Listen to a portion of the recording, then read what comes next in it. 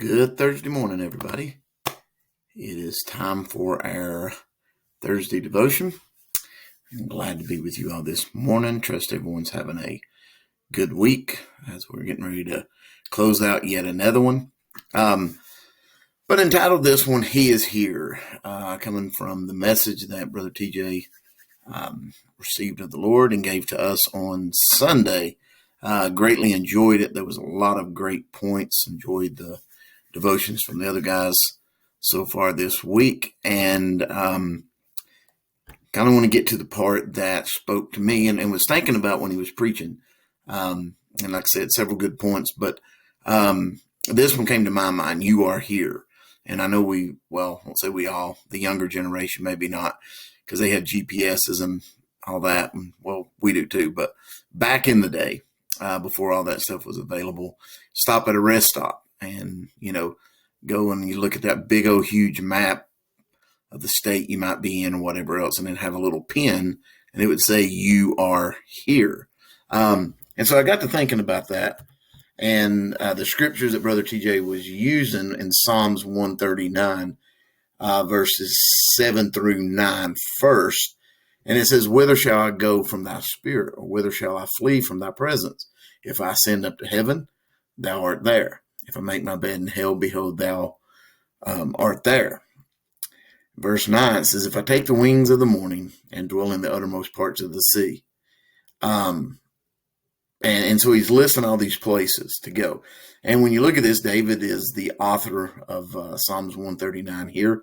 And commentaries give two different analogies. Most go into what Brother TJ was talking about with the omnipresence of God, the fact that he is everywhere.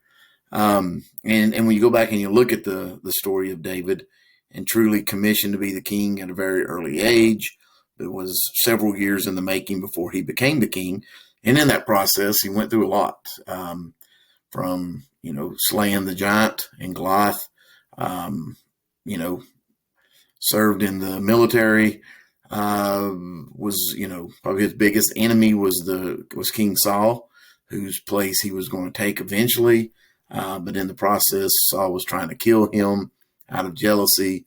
And so I think a lot of this is, David and his journey is looking back on his life of all the places he's been, all the things that he's done, and saying God's here. One commentary I read said that it's talking about David when he was in sin and was trying to escape from God, and there was no place that he could escape. And truly both points are true.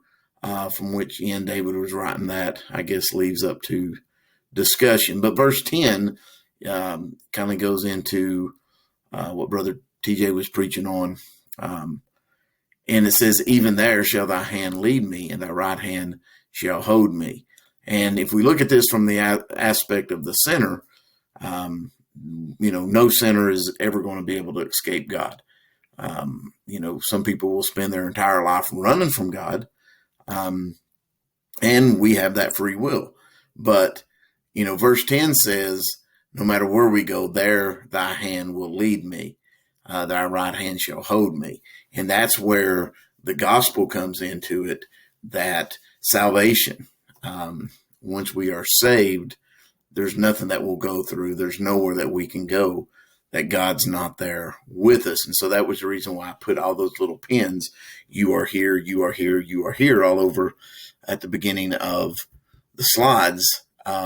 Because no matter where you go, God's there with you. Okay. As Christians, he will lead us and he will hold us. For those that are lost, no matter where you go, God can be found there. But for him to lead us takes submission from us, that we, confession and give him our life. And so I want to end with this. Psalms 46 and 10. Also hear from David. And he says, be still and know that I am God. I will be exalted among the heathen.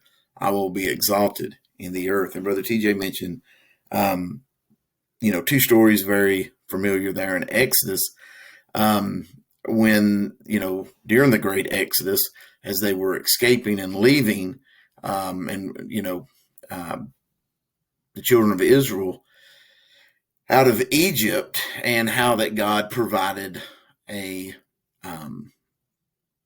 cloud by day and a pillar of fire by night. And of course, these are just some images of what it could have looked like. Don't know exactly.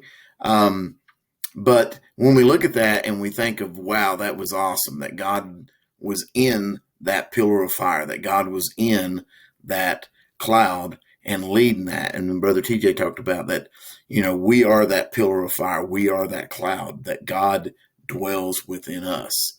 And so I thought about that, how great that would be and how neat that would be, is to have a visual sign every single day that God is there and God is leading us. And we get up and we find the pillar of fire and we go follow it, or we find the cloud and we go follow it.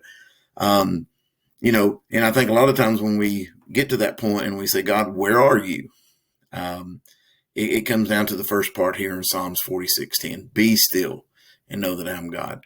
When sometimes in our busyness of life, when we get to going, we just take off and the pistol's fired and out we come and start our days. But be reminded to be still. God is there. He won't be in a visual of a fireball or a cloud or anything like that, but he is there. He is still with us each and every day, and he will lead us and guide us in all the ways of our lives.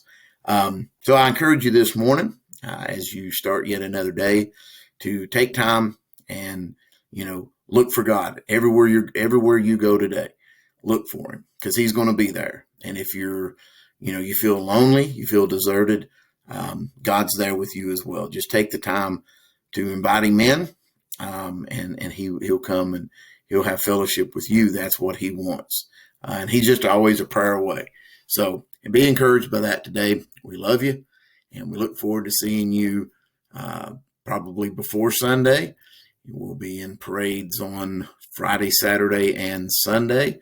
So if you're part of the church family there, we'd love for you to come out and be part of those. If not, and you just tune in and watch, then we'll wave at you as we go through the street. And we love you guys. Pray that you have a great day.